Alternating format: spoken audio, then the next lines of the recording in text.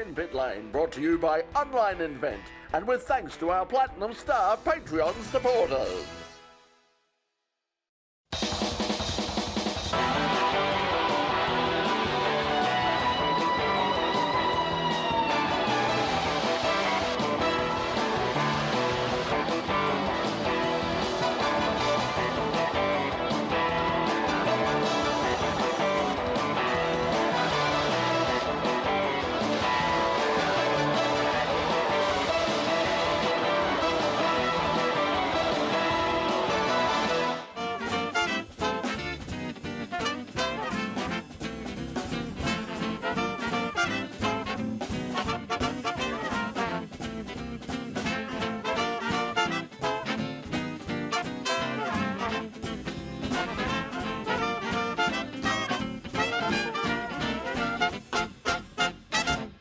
Welcome to another edition of In Pit Lane. How about that? Get your ears around that stuff. Wrap them up. That is brilliant. That is 32 bars that have just kicked off the show. And they're a 9-piece. They're absolutely huge. I'm absolutely rapt to have them with me tonight. What do you think about that, Brett? So Brett had to make the executive decision because the band's so big tonight. He had to have the week off. No, look, unfortunately, he can't join us this week. He's had a little bit of incidental accident. The interviews were that good on the weekend when we were going out doing some footage for the show that they were knockout type stuff, and it was self-inflicted. So get well soon, Brett. And that's GWS, not Collingwood. But anyway, no. Unfortunately, we've got a big show though anyway, so flying solo tonight, and as I said, I've got 32 bars of me, a fantastic band. They're going to give us an extended mix. Got an extra special exclusive for them at us and on the show later on at the end of the night to play us out, and they'll also be playing live this weekend. I'll tell you a little bit about that later. We've got some stuff from Team 18 we went to on the weekend. Scott Pye joins me and Brett for a bit of an interview with some insight into the Supercar stuff that's going on this year. And also Charlie Schwerkolt was good enough to give up his time. Also keep an eye out for YouTube coming up soon, because we've got a special interview coming up with Colin, who was very generous with his time. He came down from Sydney and gave us almost an hour's worth of chit-chat, and he's got some interesting stuff about some old times. Anyway, no more further ado. We're going to get stuck into it, and as I said, we can't have this band here tonight and not give them an absolute, give them the floor. So 32 bars, and they're going to play Margaret River Moon for us right now. Kick it off, guys. Let's hear some jazz.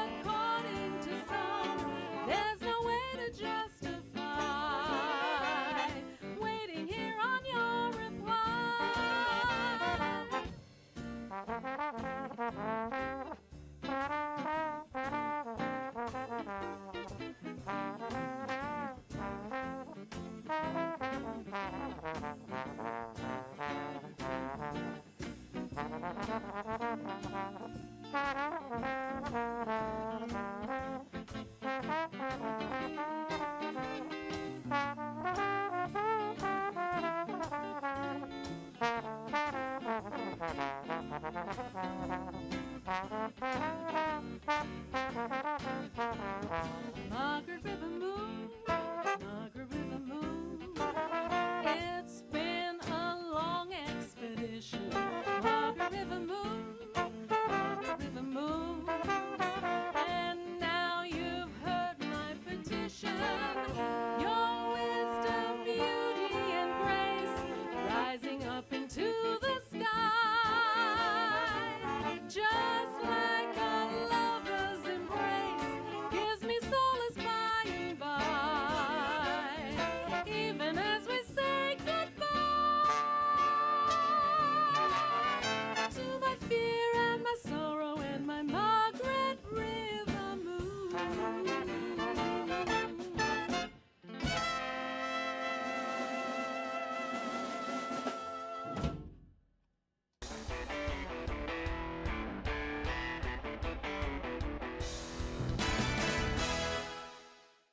Well, it's all been happening this week. Max Verstappen may not have been the biggest fan of F1's newest venue, but that didn't stop him from taking the win at Las Vegas Grand Prix.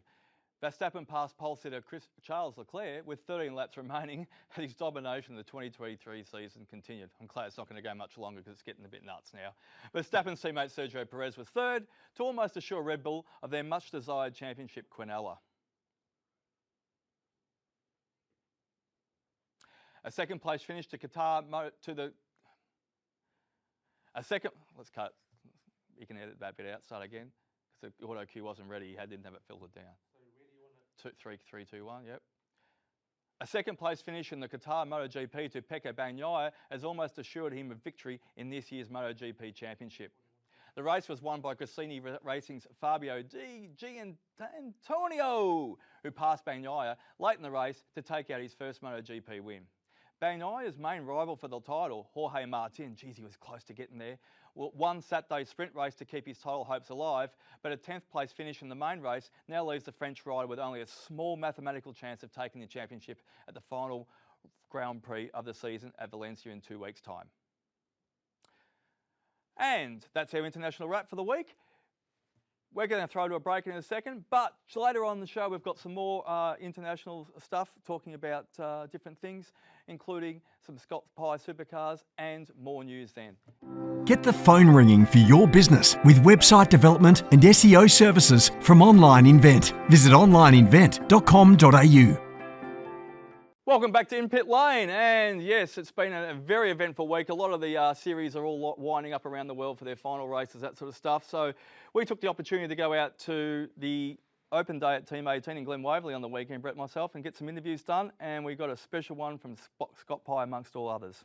Well, Scott, coming up, Adelaide 500. What are your impressions of Adelaide? What are you when you say Adelaide 500? What's the first thing that comes into your mind? Oh, I'd almost say just pinch yourself moments. I mean, I'm from Adelaide originally, so it's surreal to have raced there so many times, to have been to that track as a kid and dreamt of racing there or competing there. It's just a special feeling. I mean, I remember my first time in 2013, standing on the grid and looking up at the grandstand, looking at individuals' faces, kids in the hill, and just feeling really grateful to get the opportunity to race my hometown and on what is, I think, the best stage in Australian motorsport. I think, Bathurst is iconic and it means a lot sentimentally for us drivers. Growing up, that's a really special race. But Adelaide, the atmosphere, the risk of the track, the nature of the circuit itself, always presents good racing. And I think that it's just one of those places that stands out in the calendar. If you were to say what's your favourite, if someone's not to say Bathurst, there's almost a guarantee they're going to say the Adelaide 500 event. What is it about Adelaide? Being a local, you can sort of say, because I know the Grand Prix when it was there was a very special event. It was the favourite of pretty much every driver on the face of the planet, all the journalists. And all that. I still say to this day, the Adelaide race of 1,000 years, the American Le Mans Series race, far and away the best race. If you talk to anybody in that scene now, they're very much. This was one of the great races. What is it about Adelaide and motorsport? They really do embrace this, don't they? They certainly do. I think it could even be just the fact that Adelaide gets around their events so well. The promotion around the events, the atmosphere that comes with it, because it doesn't matter if it's the cycling in town. I mean, everyone just thrives when it comes to an event. And I think with where the circuit is, being so close to the city, it's easy for people to to come to the racetrack for the day, then walk back into town and have the night out. And I think that the place comes alive. I mean, you go back into town on a Saturday or a Sunday night, particularly Sunday night for us drivers is always good fun. But you know, you walk back into town, and as you're walking back, the crowd is flowing into town. The atmosphere at the restaurants, everything is amazing. The night out there, I think, is good. It's just a town that embraces events, and I think that they love to step up and show what Adelaide has to offer. I think that, you know, we're quite proud of where we come from, and I think getting interstate travellers to come, we really, you know, put in the effort to show just how good Adelaide is. I think it's almost underestimated. A lot of people will go there and come away thinking, how cool is that place? But yeah, from a driver's point of view, it's a street circuit, so they're always really exciting. But then you got the high speed, like turn 1, 2 chicane, flying across there in the supercar is pretty cool. And then turn 8 being such a high speed corner, and if you get it wrong, it's a massive crash. So I think you've got some technical parts, still some high speed bits, and it's a high risk track. So from the driver's point of view, it's got everything you kind of need. And then you step out of the car, and the atmosphere, going to a signing session, the queues are massive. You're walking through the paddock, and we can't use buggies to get around, so you're always, you know, you're walking to and from the signing session, so you get to see everyone and really, I guess, appreciate what the atmosphere is like. Most places, like even Bathurst, you don't really get to see it all that much because it's the top of the mountain where it's crazy and it's all going off. I don't know. I'm biased. I'm from Adelaide. I could go on about the place forever, but the event is just unreal. The first year of the Gen 3 regulations, what's your take on it? How have you enjoyed driving the cars? I actually have quite enjoyed them. I think the cars have been good fun, and I think we've seen much closer racing than we have in the past. I think, you know, there's obviously been the parity debate, which I don't think has been, if you're in a Ford, obviously they like to harp on about it, but I don't think it's been as bad as people have said. I mean, most of us have been a long way away from Red Bull and the Erebus team. So I think that you got to as well give credit where it's due, and I think they've done a great job with their performance. But often the loudest Ford team is the worst performing Ford team. But I think that the category's done a good job. This new car, it's the first year of effectively a new business model, so there's always going to be growing pains. But I've enjoyed driving the car. I think that we can follow closer than we could in the past. The braking seems to have gotten a little bit better. Why that is, I'm not sure, but I know at the start of the year I had a lot of issues in the pack with overheating brakes, and that affects how you can overtake or go down the inside. But Bathurst blew me away. To be doing 205s already in the first year of this car is pretty cool. But it's also shown that I think it's an engineer's car. The driver probably plays a much smaller part in contributing to the result. Like if you have a Do you fast think car, that's why somebody like Shane Van Gisbergen has sort of come out and said that he really hasn't enjoyed them as much as the old? Yeah, I don't think we contribute all that much to. We do in terms of like setup and trying to contribute there. But I mean, you look at.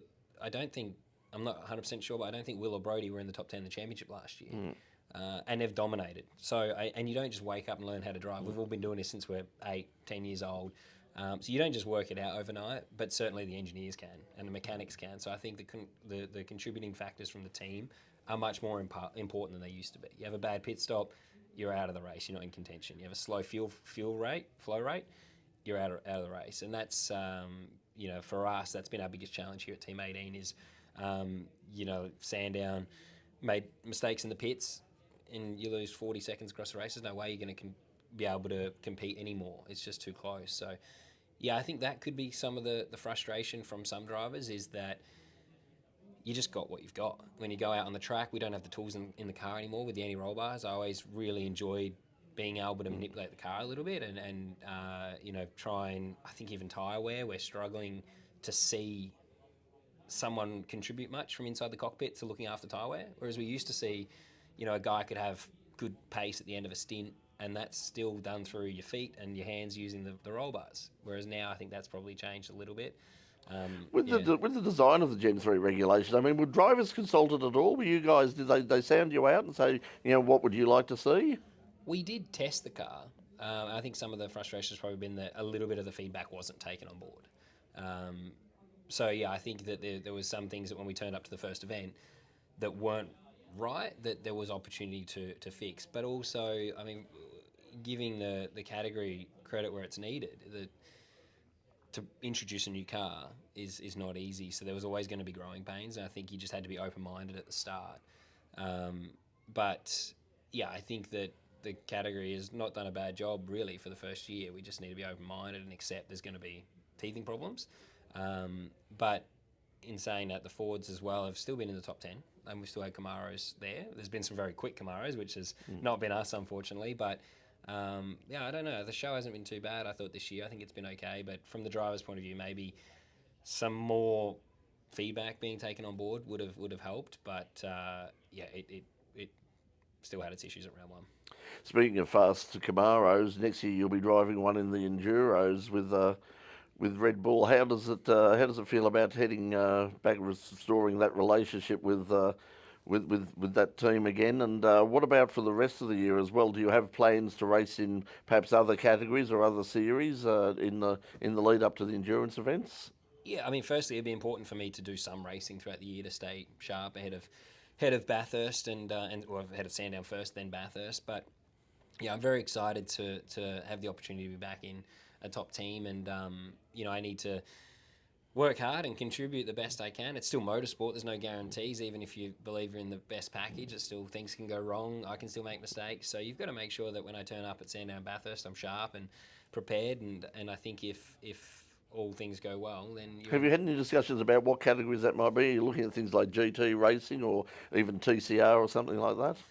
No, not really. Not at the moment. No, I've still got the Adelaide 500 at the forefront of my mind, and I'll be honest, in the lead up to that event, it means so much to me to do well. And as well, I've been here for 4 years, so I've got a lot of good friends in the team, and I want to give them a great result as much as myself. So my focus is still finishing my duties here at Team 18 and doing the best job I can for everyone here, because we've all worked hard, and it hasn't happened. I mean, I've not even at Adelaide, I've had great qualifying, been on pole on the front row a couple of times, and I just haven't got the results. So Adelaide is my focus. I'll be totally honest, that's it. And then I'll look at next year.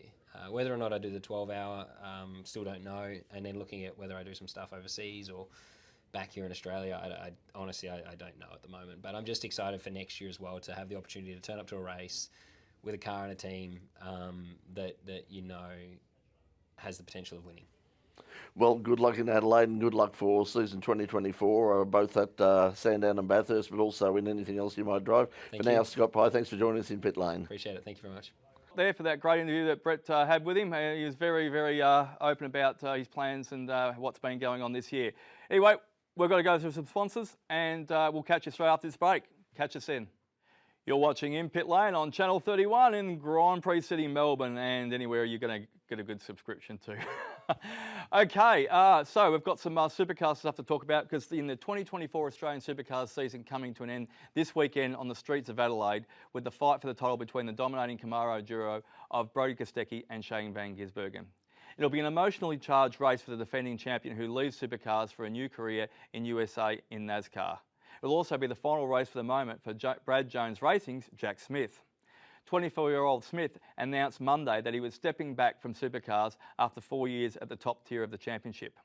The race will also be the final full-time series drive for Scott Pye, who leaves Team 18, as we discussed earlier, to become the new endurance race co-driver for Red Bull Racing.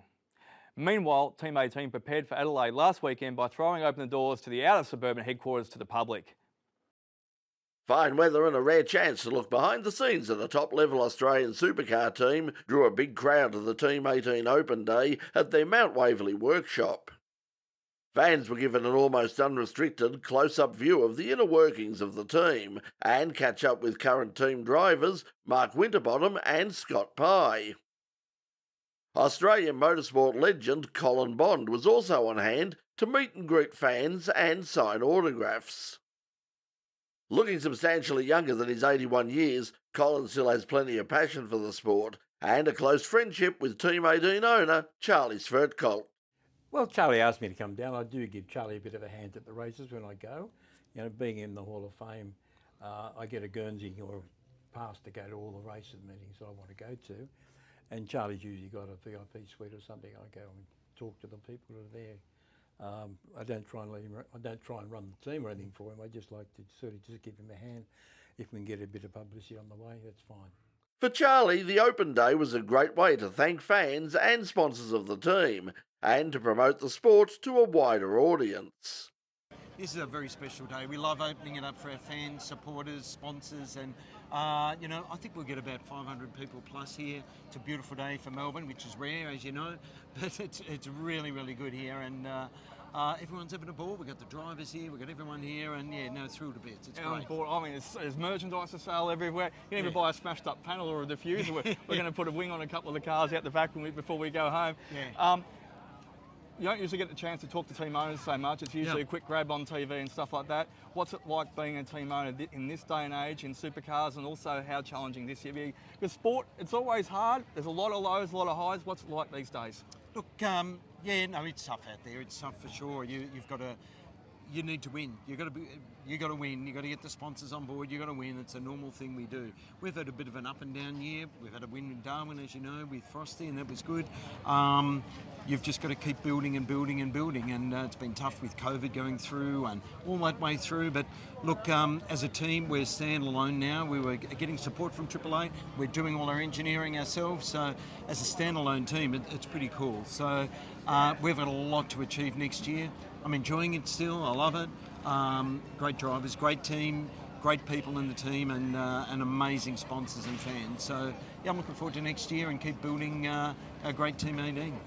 For Mark, Frosty, Winterbottom, the day was a chance to unwind before the Adelaide Grand Final, a race that ranks as one of his favourites. The good part about a race that's in the middle of town, it makes noise, people attracted to the noise, and then you just see, you know, an influx of people. So yeah, it's a great weekend, and the town get behind it. One of the downsides is that we've got to work there while the music's playing in the background, and I'm a Robbie Williams, you know, I like Robbie Williams, a bit of Robbie. So when we're thankfully Sunday night, but often Saturday night, there's bands playing and all these artists that you'd pay to go watch a concert, and the engineers want to talk understeer, oversteer, and you're just like, can we just like chill for a minute?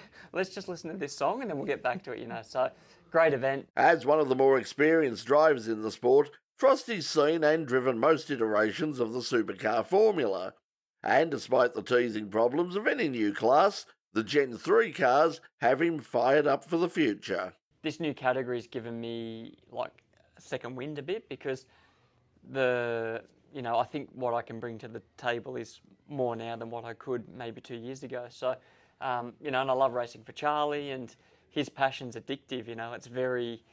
He's very driven, and he wants to win, and yeah, so I love it. Still involved, and yeah, still love it. The race around the streets of Adelaide is also the final one with the team for Scott Pye, who next year moves as the endurance driver to Red Bull Racing.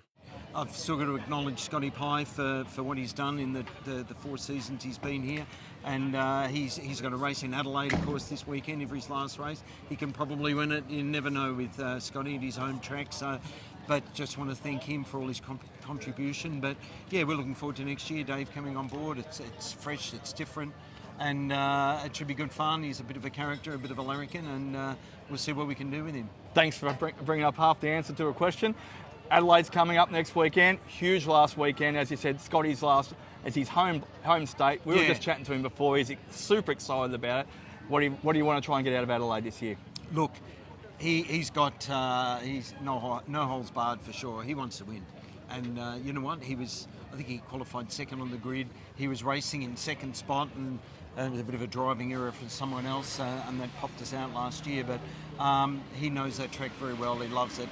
He's got a lot to prove to finish off on a high, and so yeah, you know what? I reckon Scotty and Frosty top 3, top 5 in the whole thing, and hopefully we can snag a podium or we'll go and get a win. Same with us. We're on board as well, though, too. Yeah, fantastic. Fantastic to have you. Fantastic to have all the boys. Thank you so much. Good luck. All the best for the weekend. Thanks for having us. Have a great one, and thanks for joining us at In Pit Lane. Thank you. Cheers. And now it's time for some swinging show tunes. We've got 32 Bars with us tonight, and we can't let them go without another song. It's absolutely brilliant to have them aboard. It's been a good step in for Brett anyway. They are playing at the Jazz Club in the CBD this Sunday at 6:30 p.m. So yeah, at the Jazz Club Sunday, Paris Cat Jazz Club. So make sure you catch them out in there. And if you want to hear some great stuff from there, swinging tunes. And they're going to take us out tonight with And Now It's Too Late. So on behalf of myself, get well soon, Brett, and all the crew here at In Pit Lane. Take care and have a great weekend.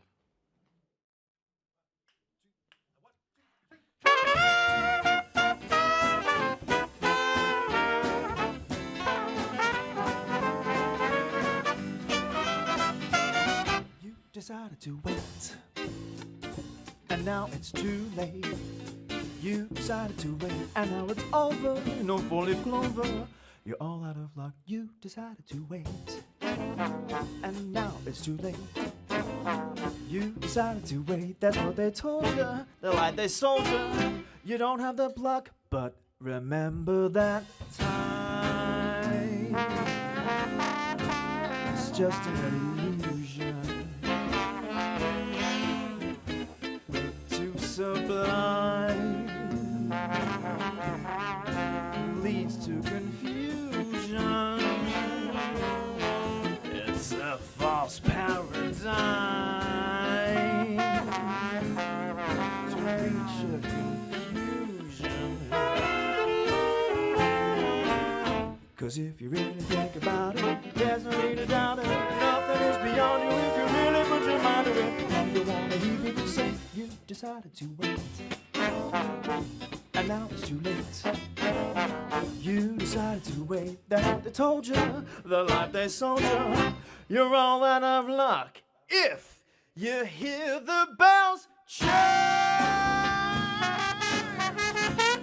Better check that it's someday. Turn around on a dime. Find it all to the pathway. It's not a victimless crime to pretend it's a snooze day.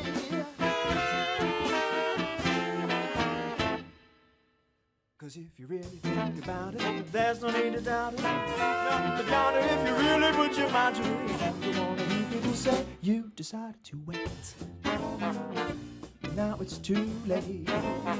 You decided to wait, and now it's over. No four-leaf clover. You're all out of luck.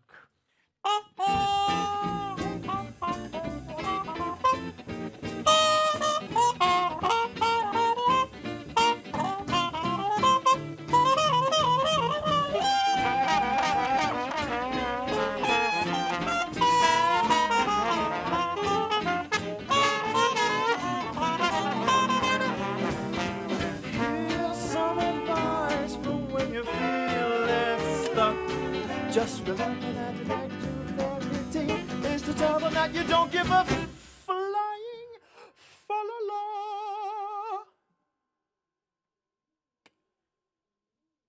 'Cause you decided to wait. Don't hesitate. You barricade. You just gotta say you decided to wait. And don't hesitate. Or pre-barricades. Just copulate and celebrate. Think about it. Put on your skates. Throw open the gate. 'Cause it's never too late.